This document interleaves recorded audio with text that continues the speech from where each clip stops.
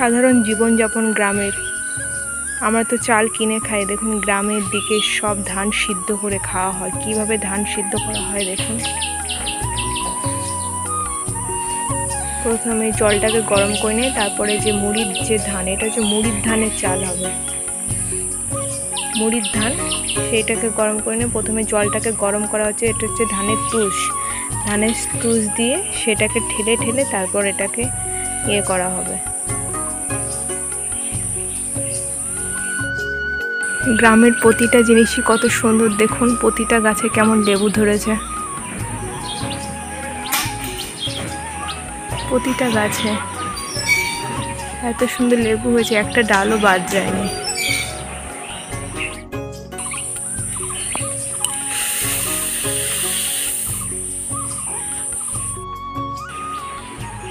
আম, প্রতিটা গাছে এত সুন্দর আম।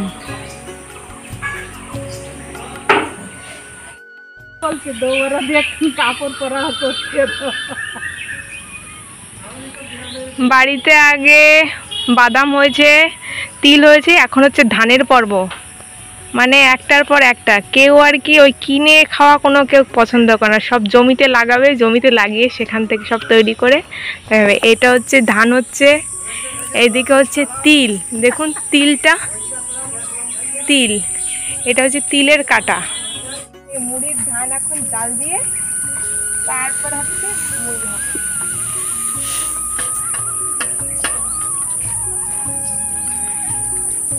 এটা হচ্ছে আমার ঠাকুমা। ধান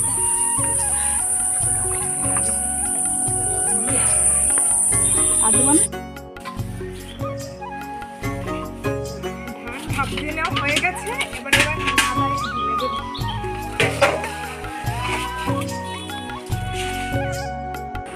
এটা হচ্ছে আমার পতিদেব, এটা হচ্ছে আমার ঠাকুমা।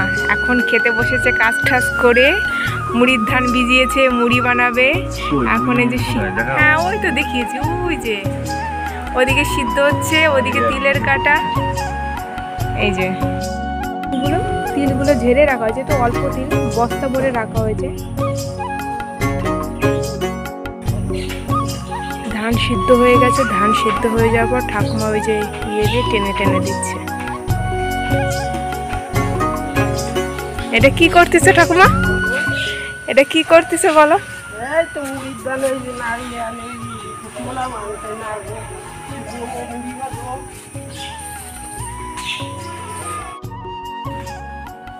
আমাদের গৃহ মন্দিরে ঠাকুমা এখন পুজো দিচ্ছে।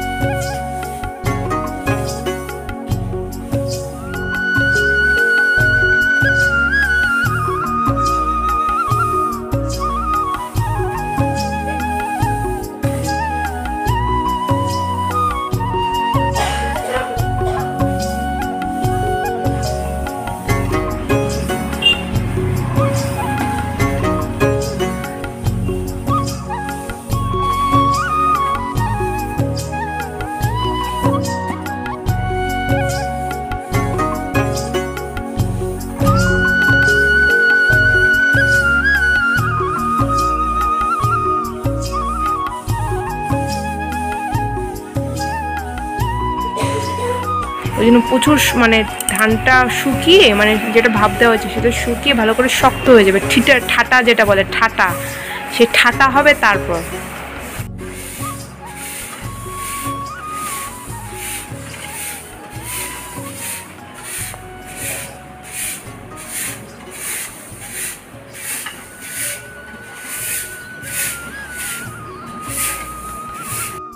ধানটা শুকিয়ে গেছে। ঠাটি হয়ে গেছে, আটটা নাড়া দিয়ে ধানটা ধুয়ে গেল।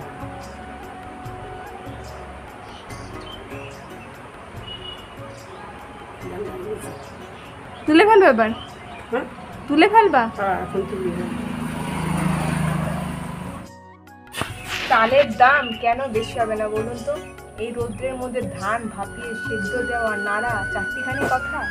70 টাকা মিনিকেট চালের কেজি, চারটিখানি কথা, অনেক কষ্টের পরে চাল তৈরি হয়। আর বাড়িতে ধান সেদ্ধ করে চাল তৈরি করে সেই চালের যে স্বাদ অসাধারণ।